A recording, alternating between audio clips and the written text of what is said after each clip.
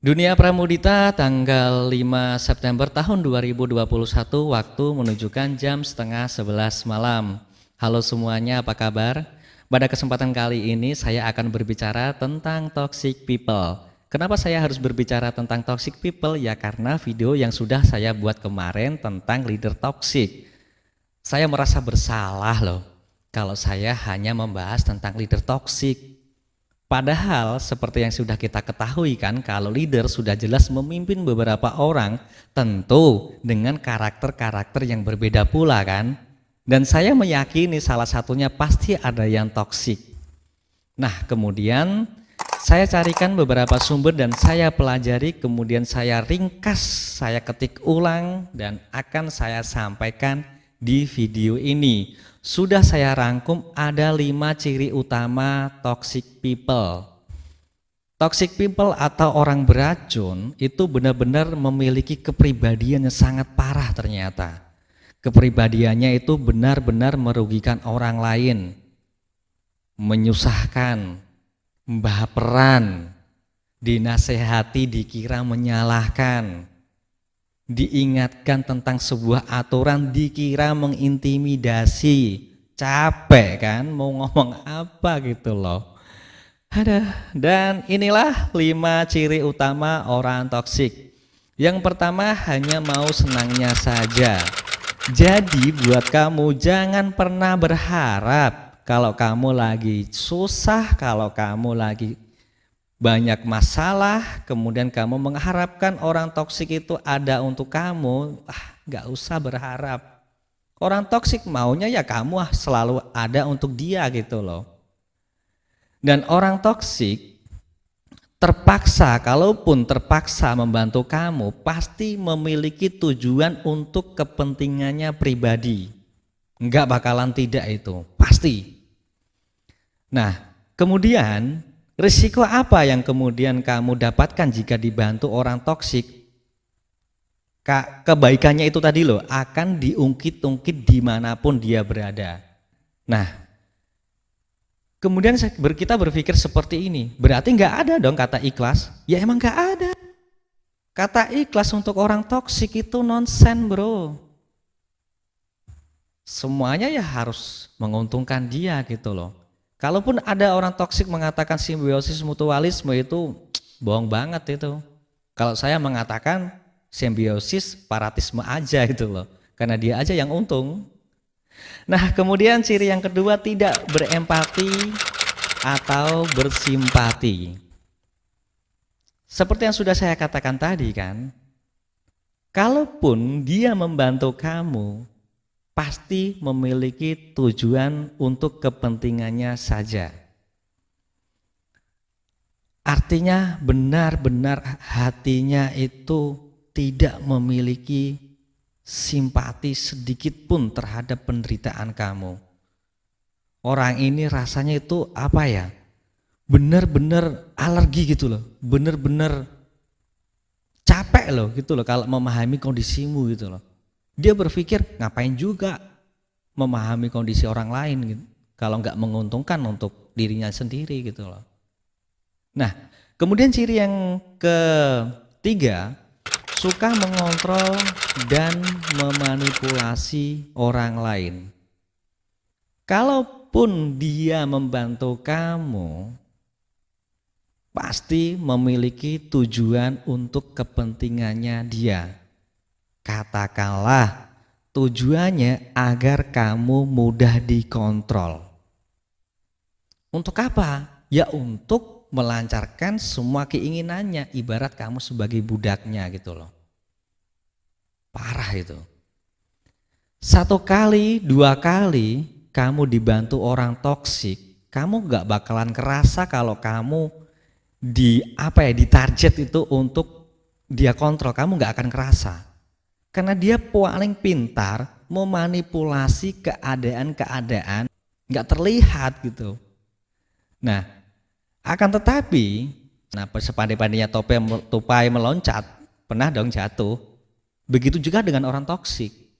Sepandai-pandainya dia memanipulasi kamu agar bisa dikontrol, suatu ketika pasti akan ada celah untuk kamu melihat kebusukannya.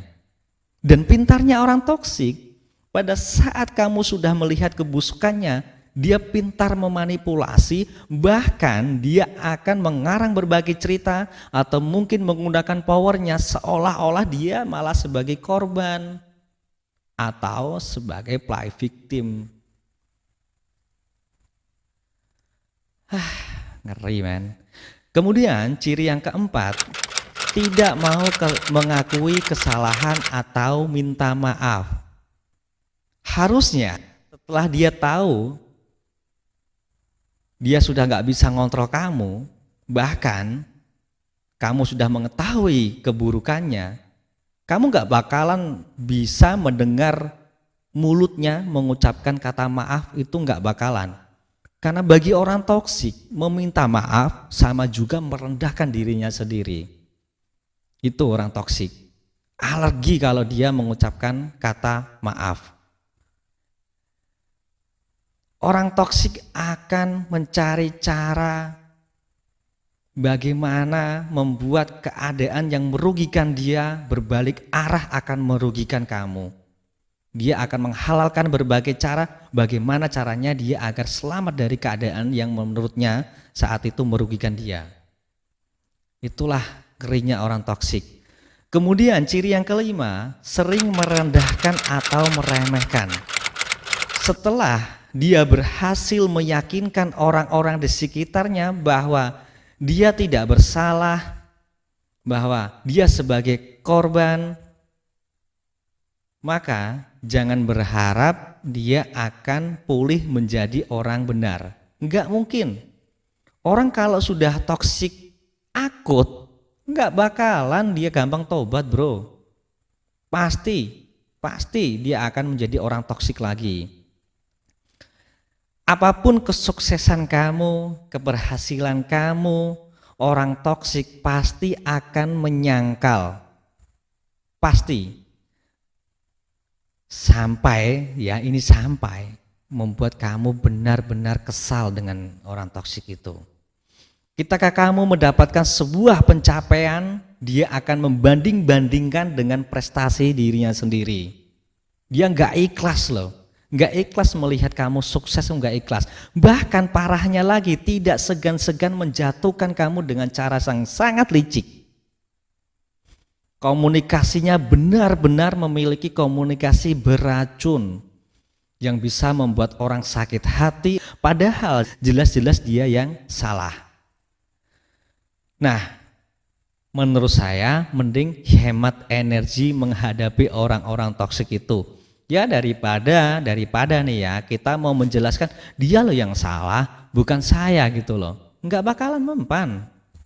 Orang toksik ya licik lah, ada aja cara gitu loh.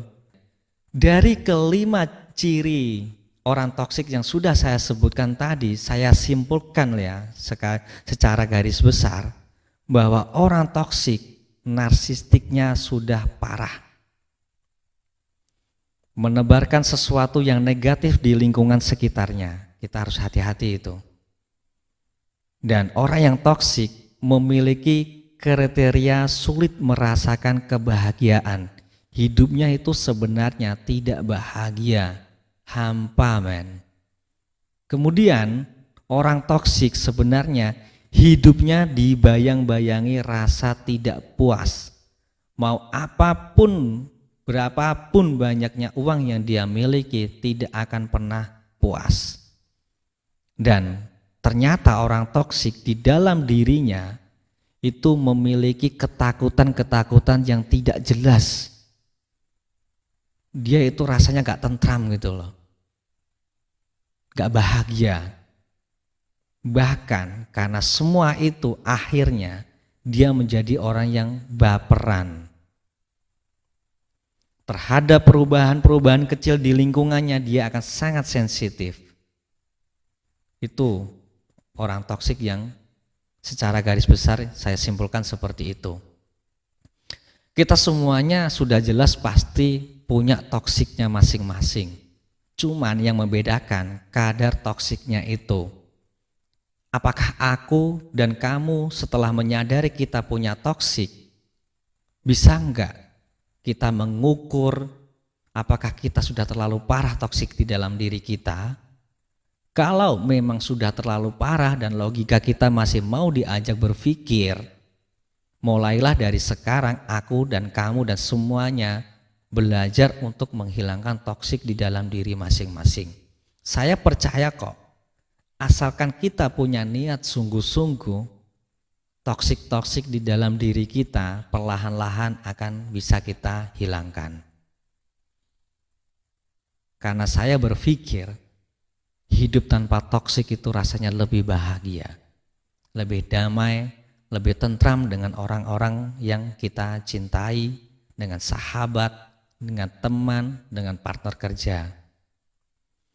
Terima kasih, mohon maaf saya di sini belajar.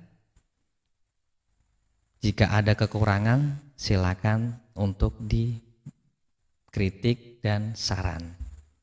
Selamat malam dan selamat beristirahat.